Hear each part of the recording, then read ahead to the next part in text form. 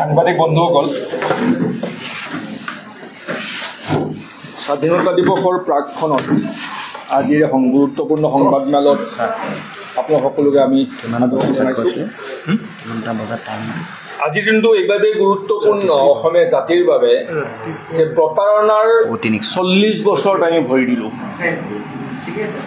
দিল্লীৰ শাসকে অসমীয়া জাতিক কৰা প্ৰতাৰণাৰ আমি আজি নিশা 40 বছৰত ভৰি দিলোঁ।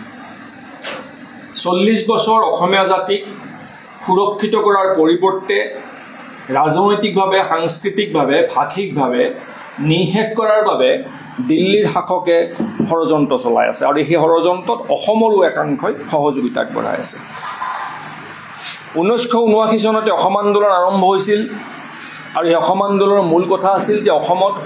অবৈধ বিদেশীৰ প্ৰব্ৰজন বৃদ্ধি হৈছে, অবৈধ বিদেশী অসমত বসবাস কৰি আছে। গতিকে অবৈধ বিদেশীৰ সংখ্যাধিককৈ ভৱিষ্যতলৈ অসমীয়া জাতিক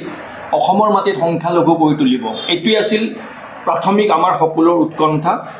আৰু সেই উৎকণ্ঠাৰ আধাৰত অসম আন্দোলন সৃষ্টি হৈছিল। 1985 চনত অসম আন্দোলন এখন চুক্তি হৈ অসম আন্দোলন সমাপ্ত হৈছিল। চুক্তিখনৰ মূল বিষয়বোৰ আছিল যে অসমৰ পৰা অবৈধ বিদেশী বিতৰণ কৰিব। অসম চুক্তিৰ 5 নং দফাৰ আধাৰত অসমৰ পৰা অবৈধ বিদেশী অসমৰ পৰা বহিষ্কাৰ কৰিব, তেওঁলোকক চিনাক্ত কৰিব, তেওঁলোকৰ নাম ভোটাৰ তালিকাৰ কৰ্তন কৰিব আৰু তেওঁলোকক বহিষ্কাৰ কৰিব। ক্লজ 5ত এই কথাখিনি সন্নিৱিষ্ট আছিল। একে সময়তে সীমান্ত সুৰক্ষা কৰিব আৰু যিহেতু 71 চনটোক কাট অফ ইয়াৰ হিচাপে গ্ৰহণ কৰা হৈছিল, আমি 20 বছৰৰ অতিৰিক্ত বিদেশীৰ বোজা গ্ৰহণ কৰিছিলোঁ। গতিকে অসমীয়া জাতিয়ে অসমত অস্তিত্ব হেৰুৱাব বুলি আশংকা কৰিয়েই কেন্দ্ৰীয় চৰকাৰে অসমীয়া মানুহৰ বাবে সাংবিধানিক ৰক্ষা কৱচৰ ব্যৱস্থা কৰি দিছিল 6 নং দফাৰ আধাৰত।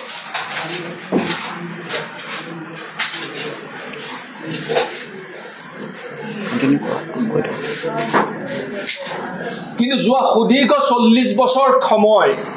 অসমৰ পৰা বিদেশী চিনাক্তকৰণো নহ'ল, বিদেশীৰ নাম ভোটাৰ তালিকাৰ পৰা কৰ্তনো নহ'ল, বিদেশী বহিষ্কাৰো নহ'ল, সীমান্ত সুৰক্ষা নহ'ল, অসমীয়া জাতিক সাংবিধানিক ৰক্ষা কৱচো দিয়া নহ'ল। তাৰ পৰিৱৰ্তে বিজেপিয়ে অতিৰিক্তভাৱে অসমৰ ওপৰত 43 বছৰৰ অবৈধ বিদেশী বোজা জাপি দিলে। এই প্ৰতাৰণাৰ 40 বছৰীয়া দস্তাবেজখনৰ সন্দৰ্ভত আমাৰ দলৰ বক্তব্য উপস্থাপন কৰিব বিচাৰিছোঁ আৰু এই বক্তব্য আপোনালোকৰ জৰিয়তে আমি অসমৰ প্ৰতিগৰাকী সচেতন নাগৰিকলৈ, প্ৰতিগৰাকী বৈধ ভাৰতীয় নাগৰিকলৈ আপোনালোকে সকলোৱে জানে যে 2014 চনৰ নিৰ্বাচনৰ আগত আপোনালোকৰ দিনটো মনত পেলাই দিব খুজিছোঁ। 27 এপ্ৰিল 2014 দেশৰ বৰ্তমানৰ প্ৰধানমন্ত্ৰী, সেই সময়ৰ প্ৰধানমন্ত্ৰী প্ৰাৰ্থী নৰেন্দ্ৰ মোদী ডাঙৰীয়া অসমলৈ আহি কৈছিল যে 16 মে'ৰ পিছত বাংলাদেশীয়ে তালি টোপোলা বান্ধি অসমৰ পৰা যাব লাগিব। তাৰ পাছত 2016 চনৰ ভিজন ডকুমেণ্ট আপোনালোকে যদি চাই অসমৰ ৰাইজক তাৰমানে দৃষ্টিপত্ৰ, অসমত বিজেপি দলে দিয়া দৃষ্টিপত্ৰত অসম চুক্তি সম্পৰ্কত এটা সুকীয়া দফা আছে। তাত চুক্তি আখৰে আখৰে পালন কৰাৰ প্ৰতিশ্ৰুতি আছে। তাত আনকি বিদেশী চিনাক্তকৰণ, বহিষ্কৰণ আৰু অসমীয়া মানুহক সাংবিধানিক ৰক্ষা কৱচ প্ৰদানৰ প্ৰতিশ্ৰুতিও দৃষ্টিপত্ৰ 2016-2025লৈকে তেওঁলোকে দিয়া দৃষ্টিপত্ৰ, তাত পেজ নম্বৰ, তাৰ যিটো পৃষ্ঠা নম্বৰ 10ত চাব, সেই প্ৰতিশ্ৰুতি তেওঁলোকে উল্লেখ কৰিছে। কিন্তু তেওঁলোকৰ এই প্ৰতিশ্ৰুতিবোৰৰ বিপৰীতে তেওঁলোকে কৰিলে কি? তেওঁলোকে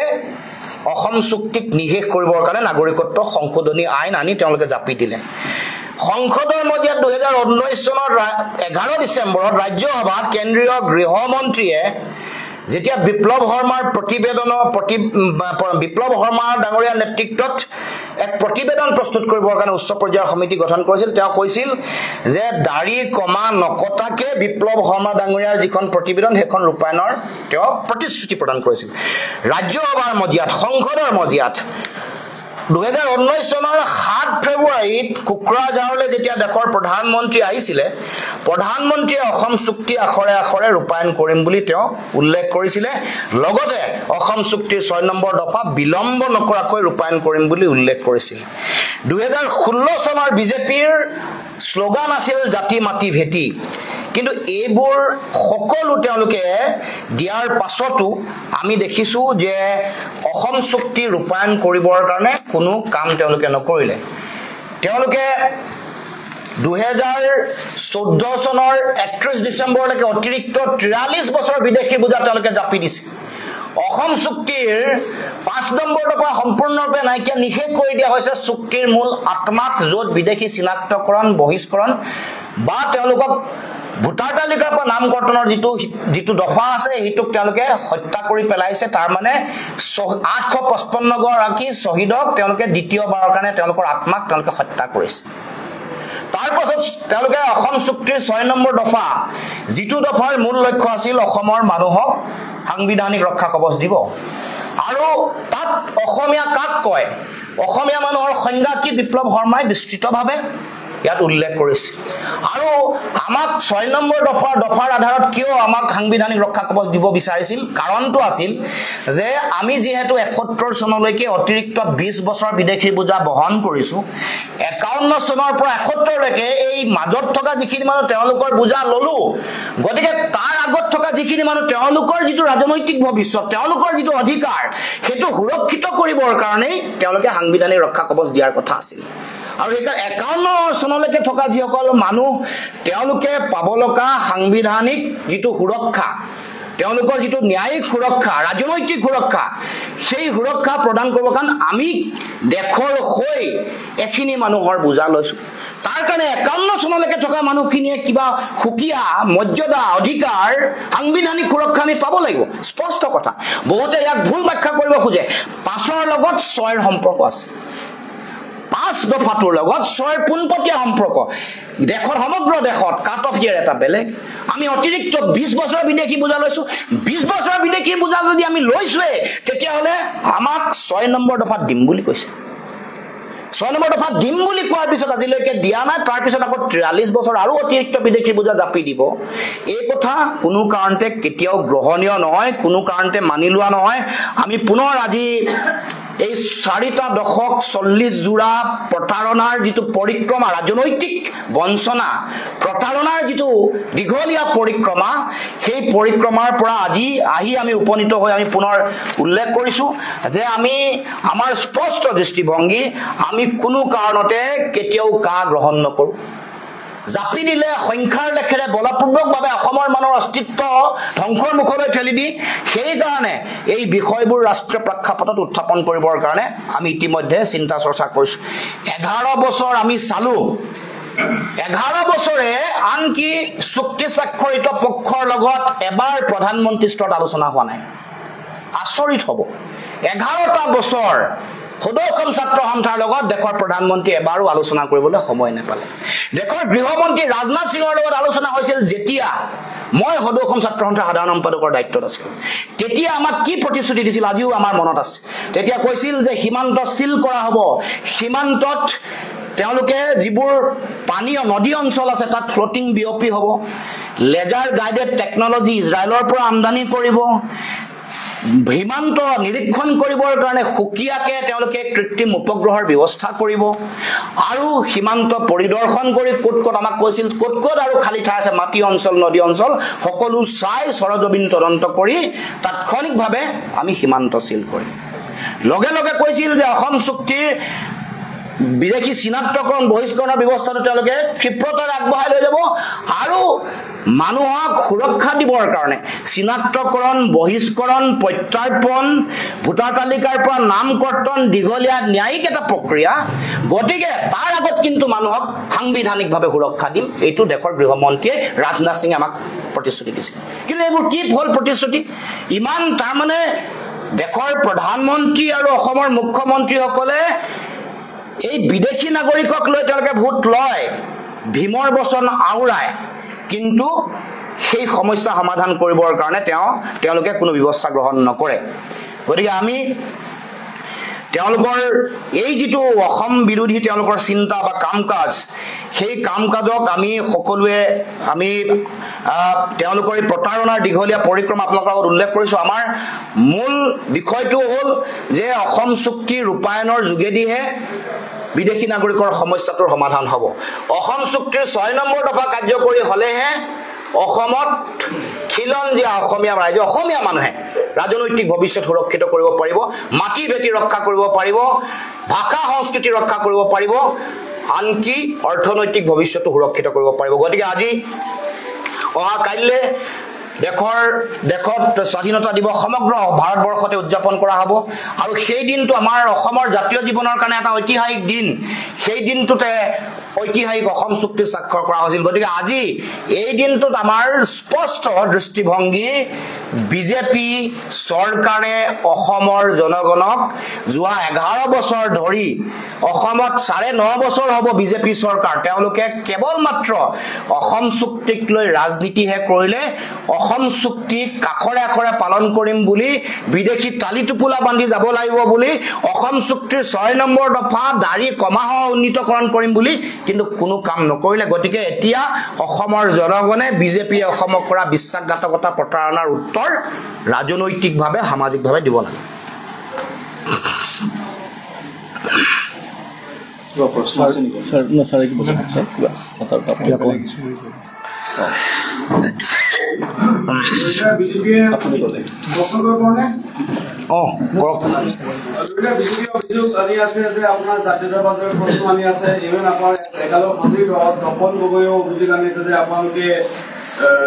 ৰাহুল গান্ধীক সাক্ষাৎ কৰাৰ পাছত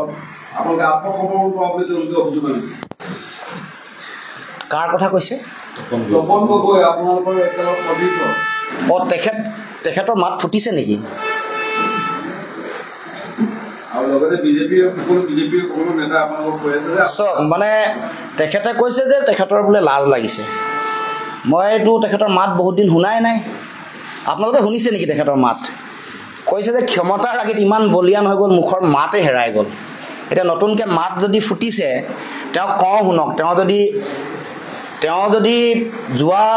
ৰাজনৈতিক পৰিক্ৰমা 10 বছৰ দেখে তেওঁ শুনিছে দেখিছে বুজিছে নে নাই বুজা মই ক'ব পৰা নাই অসম চুক্তিৰ 5 নম্বৰ দফাক নিশেষ কৰি কাজ আপি দিলে অসম চুক্তিৰ 855 জন শহীদৰ আত্মাক দ্বিতীয়বাৰৰ কাৰণে বিজেপিয়ে হত্যা কৰিলে তেতিয়া তেওঁৰ লাজ লাগিছিলে নে নাই লগা যোৱা 5 বছৰ ধৰি সংসদৰ মজিয়াত নিমাতী কন্যাৰ ভাৱত থাকিলে সেই 5 বছৰ তেওঁ লাজ লাগিছিলে নে নাই লগা বিজেপিয়ে কৰি থকা কাম কাজবোৰ তেওঁ লাজ লগা বুলি কৈছে তো মই কৈছো যে লাজ লাগিছে নাই লগা আপোনাৰ 5 গৰাকী মানুহক গুলিয়াই হত্যা কৰি দিয়া হ'ল 5 গৰাকী মহিলা আই মাতৃৰ বুকু হুদা হৈ গ'ল বিজেপি চৰকাৰে তেওঁলোকক আততাই বুলি ক'লে আজিলৈকে শহীদ ঘোষণা নকৰিলে সেই 5 গৰাকী মানুহৰ কেঁচা তেজ অসমৰ মাটিত যেতিয়া পৰিলে তেওঁৰ লাজ আৰু দুখ লাগিছিলে নে নাই লগা গলে মৌলিক প্ৰশ্ন কৰিব কৈছো অসম চুক্তিৰ 6 নম্বৰ দফা কাৰ্যকৰী কৰিম বুলি প্ৰতিশ্ৰুতি দিয়াৰ পাছতো এখন কেন্দ্ৰীয় গৃহ বিভাগৰ যুটীয়া সচিব গৰাকী উচ্চ পৰ্যায়ৰ সমিতিৰ যিগৰাকী সদস্য সচিব আছিলে তেওঁৰ কোনো ধৰণৰ স্বাক্ষৰ নকৰিলে আৰু আজিলৈকে কাৰ্যকৰীয়ে কৰা নাই গ্ৰহণে কৰা নাই তাত তেখেতৰ লাজ লাগিছেনে নাই লগা আমি বুজি পাইছো যে এতিয়া 26 চন আহি আছে নহয় তেওঁ কৈছে যে এইবোৰ কথা কৈ দিয়ক নহলে মান টিকেটে নাপাব এতিয়া টিকেটৰ আশাত তেওঁ মাত ফুটিছে গতিকে আমিতো যোৱা 10 বছৰীয়া পৰিক্ৰমাত আমি এই কামটো কেতিয়াও তেখেতৰ দেখা নাই গতিকে এইটো কথা আমি বুজি পাইছো অসমৰ মুখ্যমন্ত্ৰীয়ে তেওঁক লগাইছে কামত তেওঁ কৈ দিছে কৈছে নকলে মানে টিকেট কটা যাব গতিকে কথাটো বুজি পাইছো দীঘলীয়া পৰিক্ৰমা মনে মনে থকাৰ পাছত মুখ্যমন্ত্ৰীৰ মানে ইয়াৰ এইটো গোটেই বিষয়টোৰ লগত মুখ্যমন্ত্ৰী জড়িত নহলে কোনোবাই কথা ক'ব পাৰে নেকি কওকচোন বাৰু আৰু এটা প্ৰশ্ন আপোনাক দিল্লী যোৱালৈ প্ৰশ্ন কৰিছে যে আপুনি বিৰোধী ঐক্য মঞ্চৰ সম্পাদক হিচাপে তেখেতসকলক নজনালে কেলৈ খুব প্ৰকাশ কৰিছে যে তেওঁলোকৰ জনোৱাটো প্ৰয়োজন আছিল বুলি কৈছে যিহেতু আপুনি বিৰোধী ঐক্য মঞ্চৰ সম্পাদক কিছু খুব প্ৰকাশ ক'ব নেকি আপুনি ক'ব মই নকওঁ তো চক প্ৰথম কথাটো হ'ল যে এইটো আমি আমাৰ দলৰ কিছুমান মৌলিক বিষয় আছে দলৰ জন্মৰ লগ্নৰ পটভূমি আছে আমাৰ দলটোৰ আদৰ্শ দৰ্শন কিছু আছে আমি আমাৰ যিবোৰ জাতীয় বিষয় যিবোৰক লৈ আমি হৰব যিবোৰক লৈ আমি যুঁজি আছো 2014 চনতো আমি কংগ্ৰেছ দলৰ সভাপতি মল্লিকাৰ্জুন খৰগে ডাঙৰীয়াক 14টা বিষয় অসমৰ জাতীয় বিষয় তেওঁক আমি দি সেইবোৰ যাতে ৰাষ্ট্ৰীয় পৰ্যায়ত স্থান পায় আমি উল্লেখ কৰিছিলো এইবাৰো যেহেতু দেশৰ বিৰোধী দলপতি ৰাহুল গান্ধী ডাঙৰীয়া তেওঁক বিশেষকৈ অসম চুক্তিৰ লগত জড়িত হৈ থকা 6 নম্বৰ দফা অসম চুক্তিৰ যোগেদি বিদেশী নাগৰিকৰ নাম চিনাক্তকৰণ বহিষ্কৰণ কৰা কাজাপি দি অসম চুক্তি যিখন স্বাক্ষৰ হৈছিল তেখেতৰ পিতৃ ৰাজীৱ গান্ধী যেতিয়া দেশৰ প্ৰধানমন্ত্ৰী আছিল গতি এই চুক্তিখন যে একেবাৰে নচ্ছাত কৰি পেলালে 5 নম্বৰ দফাক যে হত্যা কৰিলে এই কথা বতৰাবোৰ জনাবলৈ আমি দল হিচাপেহে গৈছো গতিকে আমি যেতিয়া ঐক্যমঞ্চৰ বিষয় যেতিয়া লৈ যাম তেতিয়া কথা বতৰা পাতি যাম এটো আমাৰ দলে নিজা আমাৰ বিষয়বোৰ উত্থাপন কৰিবৰ কাৰণে কাৰণ ইয়াৰ লগত জাতীয় প্ৰশ্ন জাতীয় বিষয় জড়িত হৈ আছে গতিকে ইয়াৰ লগত মিত্ৰতা আন কথা বতৰা যেহেতু জড়িত হৈ থকা নাই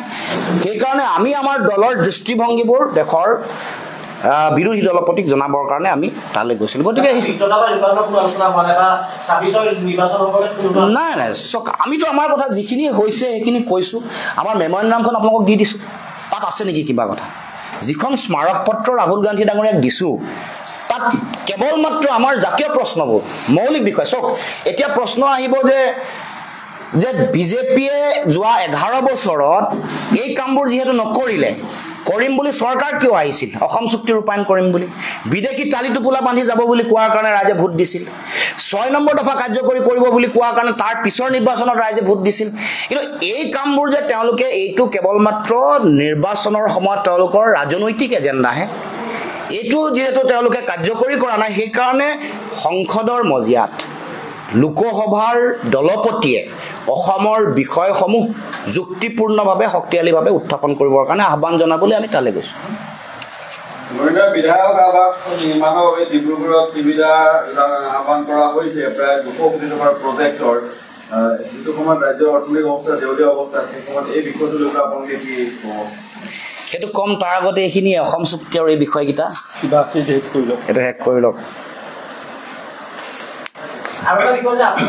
গৌৰৱ ডাঙৰীয়া সংসদ তেখেতক আপোনাক কিবা ৰিকুৱেষ্ট কৰিব লগা হৈছে যে অসমৰ উচ্ছেদক লৈ তেওঁ মাত মাতিব লাগে আচলতে আপোনালোকে ৰিকুৱেষ্ট নকৰিব নাই আমি উচ্ছেদক লৈ কোনো কথা কোৱা নাই আমাৰ বিষয় পিয়ৰ ৰিকুৱেষ্ট কৰিব লগা আছে অসমৰ সাংসদে তেওঁ পাকিস্তানৰ কথা ক'ব পাৰে মণিপুৰৰ কথা ক'ব পাৰে কিন্তু অসমৰ কথা কি তেওঁ ক'বলৈ আপোনালোকে দিল্লীত ক'বগৈ লগা হৈছে সেই কথাটো আচলতে কিমান যুক্তিপূৰ্ণ বুলি ভাবে চক আমি আমাৰ কথা বতৰাবোৰ দলপতি আৰু উপদলপতিক কৈছো যে সংসদৰ মজিয়াত এইবোৰ উত্থাপন কৰিব লাগে গতিকে আমাৰ এইটো দায়িত্ব জাতীয় দায়িত্ব এটা জাতীয়তাবাদী ৰাজনৈতিক দল হিচাপে আমাৰ যিটো দায়িত্ব আছে সেই দায়িত্বটো হ'ল যে আমি দেশৰ দলপতি বিৰোধী দলপতি আৰু উপদলপতিক আমি আমাৰ বিষয়বোৰ যুক্তিৰে তথ্যৰে ক'ব লাগে বুজাব লাগে এতিয়াতো তেওঁলোকৰ গণতান্ত্ৰিক আৰু জাতীয় দায়িত্ব এই বিষয়টো সংসদৰ মজিয়াত কোৱাটো ৰাষ্ট্ৰীয়ভাৱে মানুহক এই বিষয়টো জনোৱাটো অন্যায়ৰ কথাবোৰ মিছা কথা যে কৈছে দিম বুলি যে দিয়া নাই ভীমৰ বচন যে আউৰাই আছে একো কৰা নাই সেইবোৰ কথা মানে যাতে ৰাষ্ট্ৰীয় পৰ্যায়ত যাতে শক্তিশালীভাৱে উত্থাপন হয় তাৰ কাৰণে আমি আহ্বান জনাবলৈকে আমি গৈছো এটা আপনি এটা বাক্য কৈছিল যে উচ্ছেদ সম্পৰ্কে কথা পাতিবলৈ এখন দিল্লীলৈ গ'ল বুলি খুব পৰিকল্পিতভাৱে উদ্দেশ্যপ্ৰণোদিতভাৱে একাংশ সংবাদ মাধ্যমে এই কথাটো প্ৰচাৰ চলাই আছে কথাটো ওয়ান্স ফৰ অল আমি ক্লিয়াৰ কৰি দিব বিচাৰিছোঁ যে উচ্ছেদ সম্পৰ্কে কোনো কথা পাতিবলৈ আমি দিল্লীলৈ যোৱা নাই কি কথা পাতিবলৈ গৈছিল এই কথা সভাপতি জনাইছে আমাৰ স্মাৰক পত্ৰ কপি আপোনালোক দি দিছোঁ প্ৰথম কথা দ্বিতীয় কথা অবৈধ বিদেশী উচ্ছেদত আমাৰ 100% সমৰ্থন আছে তাত যদি প্ৰয়োজন হয় আমাৰ যদি ক'ৰবাত সহযোগ লাগে আমি সন্মুখত গৈ সহযোগ কৰিম দ্বিতীয় কথা অবৈধভাৱে দেশৰ উচ্ছেদৰ প্ৰতি আমাৰ নৈতিক সমৰ্থন আছে ক্লিয়াৰ একদম এই বিষয়টোৰ ওপৰত কোনো ধৰণৰ কেতিয়াও যেন বিতৰ্ক নকৰে সেইটো বিনম্ৰভাৱে সকলোকে অনুৰোধ জনাইছে উচ্ছেদৰ সম্পৰ্কত ধাৰণা ক্লিয়াৰ কৰি লোৱা ভাল সকলোৱে অবৈধ বিদেশী উচ্ছেদ আমি 100% সমৰ্থন কৰোঁ আৰু অবৈধভাৱে দেশৰ উচ্ছেদ আমি নীতিগতভাৱে সমৰ্থন কৰোঁ গতিকে ইয়াত আৰু কোনো বিতৰ্ক থাকিব নালাগে ধন্যবাদ আৰু অবৈধ বিদেশীক মানে উচ্ছেদৰ পিছত চৰকাৰৰ ফালৰ পৰা সাহায্য দিয়াটো আৰু মাটি দিয়াটো আমি তীব্ৰ বিৰোধিতা কৰোঁ সেইটোৱে বিৰোধিতা কৰিম বিদেশীক মাটি দিব বিদেশীক আমাৰ জনগণৰ পইচা দিব এইটো কোনো কাৰণতে গ্ৰহণীয় নহয় এইটো মুখ্যমন্ত্ৰীয়ে ৰাষ্ট্ৰদ্ৰোহ কৰিছে সংবিধান বিৰোধী কাম কৰিছে অবৈধ বিদেশীক মাটি দিব আৰু আমাৰ জনগণৰ টকা দিব য'ত আমি ধাৰত কক বকাই আছোঁ আমাৰ জন্ম হোৱা শিশুৱে 50,000তকৈ বেছি টকা ধাৰৰ বোজা ল'ব লাগে সেইখন অসমত অবৈধ বিদেশীক মাটি দিব অবৈধ বিদেশীক তেওঁলোকে পইচা দিব এইটো কোনো কাৰণতে গ্ৰহণীয় নহয় ইয়াৰ বিৰোধিতা কৰিছোঁ আৰু এইটো সংবিধান বিৰোধী কাম ৰাষ্ট্ৰদ্ৰোহত জড়িত হৈছে মুখ্যমন্ত্ৰীয়ে সেই কথা আমি বাৰে বাৰে কৈছোঁ আৰু দেশৰ প্ৰধানমন্ত্ৰীয়ে ইয়াৰ কাৰণে ব্যৱস্থা গ্ৰহণ কৰিব লাগে অসমৰ লাখ লাখ এক মিনিট অসমৰ লাখ লাখ খিলঞ্জীয়া মানুহৰ আজিও মাটিত অধিকাৰ নাই অসমৰ লাখ লাখ খিলঞ্জীয়া মানুহে বানপানী আৰু গৰাখহনীয়াত সৰ্বস্ব হেৰুৱাই ভূমিহীন হৈ এটুকুৰা মাটিৰ বাবে চৰকাৰৰ ওচৰত হাহাকাৰ কৰি আবেদন কৰি ৰৈ আছে কেনেষ্টৰ অসমৰ খিলঞ্জীয়া মানুহক মাটিৰ অধিকাৰ দিয়া নাই কিন্তু হিমন্ত বিশ্ব শৰ্মাই অবৈধ বিদেশীক মাটিৰ অধিকাৰ দিছে পইচা দিছে যিসকল অবৈধ বিদেশী অবৈধভাৱে বসবাস কৰি আছিল তেওঁলোকক উচ্ছেদ কৰি বৈধভাৱে মাটি দি তেওঁলোকক বৈধ কৰি দিলে অবৈধ বিদেশীক মাটি দিয়া অবৈধ বিদেশী সংস্থাপক প্ৰক্ৰিয়াৰে আমি বিৰোধিতা কৰিছোঁ আমি অবৈধ বিদেশী উচ্ছেদ কৰি ৰাষ্ট্ৰৰ পৰা বিতৰণ কৰাৰ পক্ষত আমি সদায় আপোচ বিৰোধী দিম না আৰু এটা বিষয় যে অসমৰ মুখ্যমন্ত্ৰীয়ে যোৱা কালি সংবাদ মাধ্যমৰ আগত এটা বৰ বিষয় উত্থাপন কৰিছে যিটো বিষয় আচলতে এটা অসাংবিধানিকেই যে ভৰিত ধৰি আমি মানে কাম কৰিছোঁ এনেকুৱা ধৰণৰ কথা তেওঁ যিহেতু ভৰিত ধৰা শব্দটো ক'ব পাৰে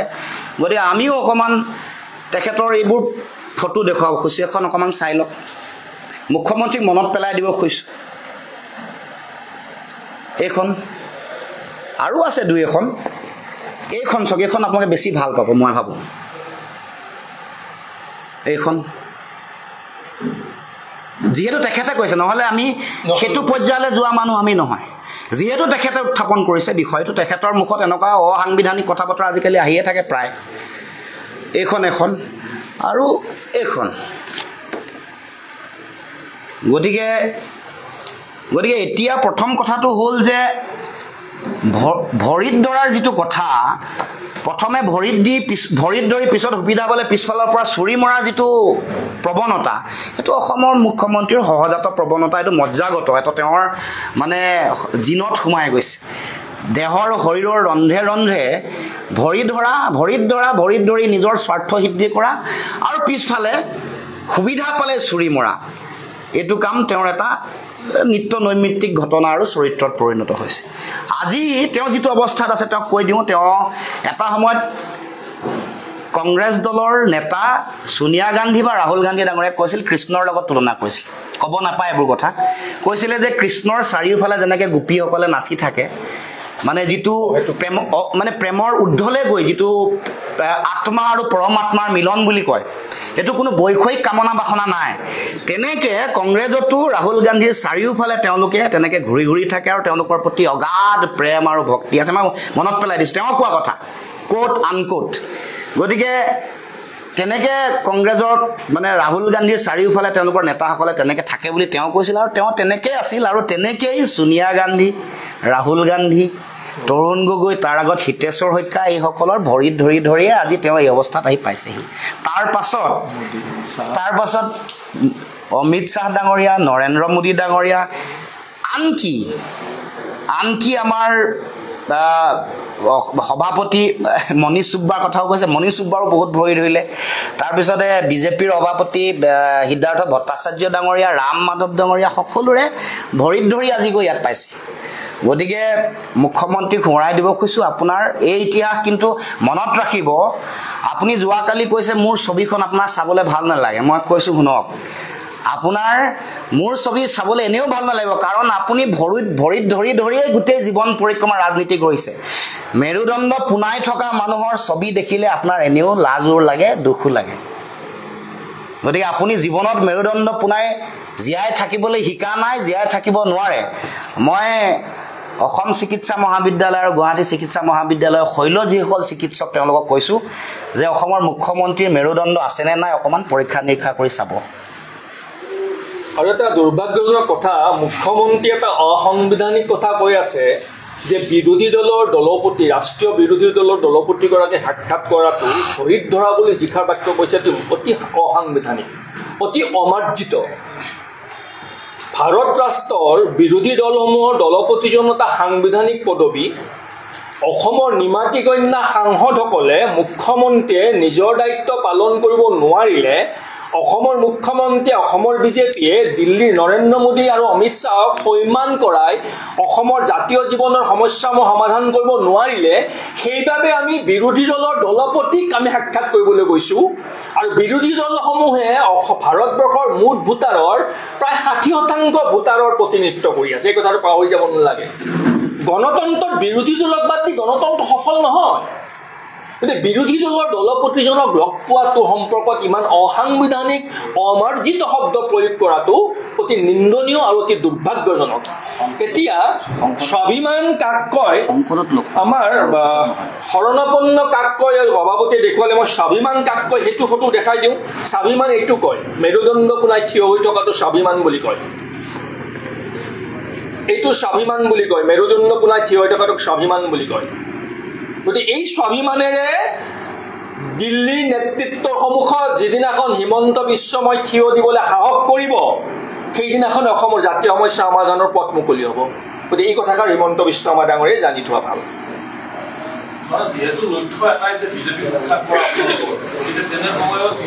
নিৰ্বাচনৰ প্ৰাক্তনত লগ কৰিলে ৰাহুল গান্ধী নাই, সেইবোৰ কথাটো আমি কৈ আছোঁ। অসমৰ অলৰেডি অসমত আমি কৈ আছোঁ কি হ'ব লাগে কি নালাগে। আমি এটা নিৰ্দিষ্ট লক্ষ্যৰ উদ্দেশ্যলৈ দিল্লীলৈ গৈছোঁ। এইটো জাতীয় বিষয়, জাতীয় প্ৰশ্ন, অসম চুক্তি আৰু অসম চুক্তিক লৈ কৰা বিজেপিয়ে প্ৰতাৰণা। গতিকে আমি দিল্লীত এই কথাটো কোৱাৰ প্ৰাসংগিকতা যুক্তি নাই। বাস্তৱিক পৰিৱেশ পৰিস্থিতি অসমত কি কৰাৰ কৰণীয় আছে, কি প্ৰয়োজনীয়তা ইতিমধ্যে আমি বহুতবাৰ আমাৰ দলীয়ভাৱে কোৱা হৈছে, ৰাজহুৱাভাৱে কৈছোঁ।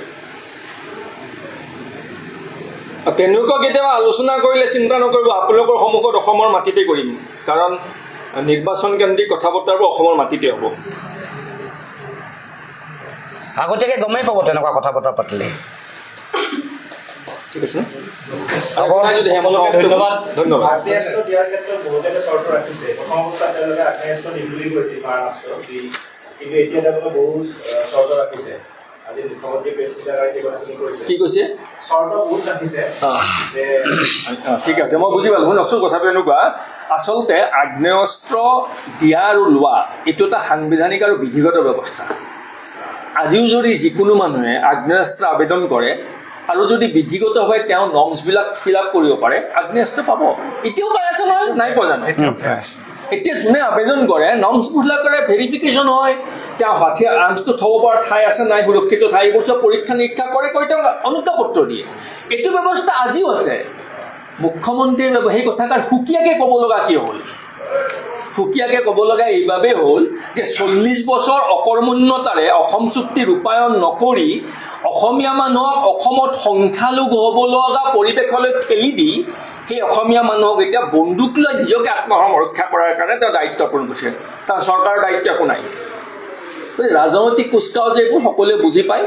আগ্নেয়াস্ত্ৰ দিয়াটো বিধিগত ব্যৱস্থা, যিকোনো মানে আবেদন কৰিলে বিধি নিয়ম নীতিবোৰ ফ'ল' কৰিলে আগ্নেয়াস্ত্ৰ পাব। সেইটো মুখ্যমন্ত্ৰী সুকীয়াকৈ ঘোষণা কৰাৰ কোনো অৰ্থই নাই। সেইটোৱে হাস্যকৰ বিষয় এটা। মানে মানুহক সুৰক্ষা দিব নোৱাৰা কথাটো মুখ্যমন্ত্ৰীয়ে নিৰ্লজ্জভাৱে স্বীকাৰ কৰে। অসমৰ মানুহলৈ সংকট নামি অহা, অসমৰ মানে বিদেশী নাগৰিকৰ আগ্ৰাসনৰ ফলত সৃষ্টি হোৱা ভয়াৱহতা ৰোধ কৰিব নোৱাৰাৰ যিটো বিফলতা, কেৱল মাত্ৰ বিদেশীসকলক লৈ, বিদেশী বিষয়টোক লৈ কৰা ৰাজনীতিৰ যিটো পৰিৱেশ পৰিস্থিতি, তাৰ কাৰণে মুখ্যমন্ত্ৰীয়ে নিজৰ বিফলতা স্বীকাৰ কৰিয়েই এই কথা উল্লেখ কৰিছে। মানে এতিয়া মুখ্যমন্ত্ৰীক প্ৰতিটো কথাত কেৱল মাত্ৰ ভীমৰ গদা আওৰাই থাকে। আমি ভাবোঁ যে মুখ্যমন্ত্ৰী আচলতে মানে ভীমৰ ভাও দিবলৈ চেষ্টা কৰে। আমাৰ দৃষ্টিত মুখ্যমন্ত্ৰী পানী ভীম। ঠিক আছে নহয়, সকলোকে ধন্যবাদ।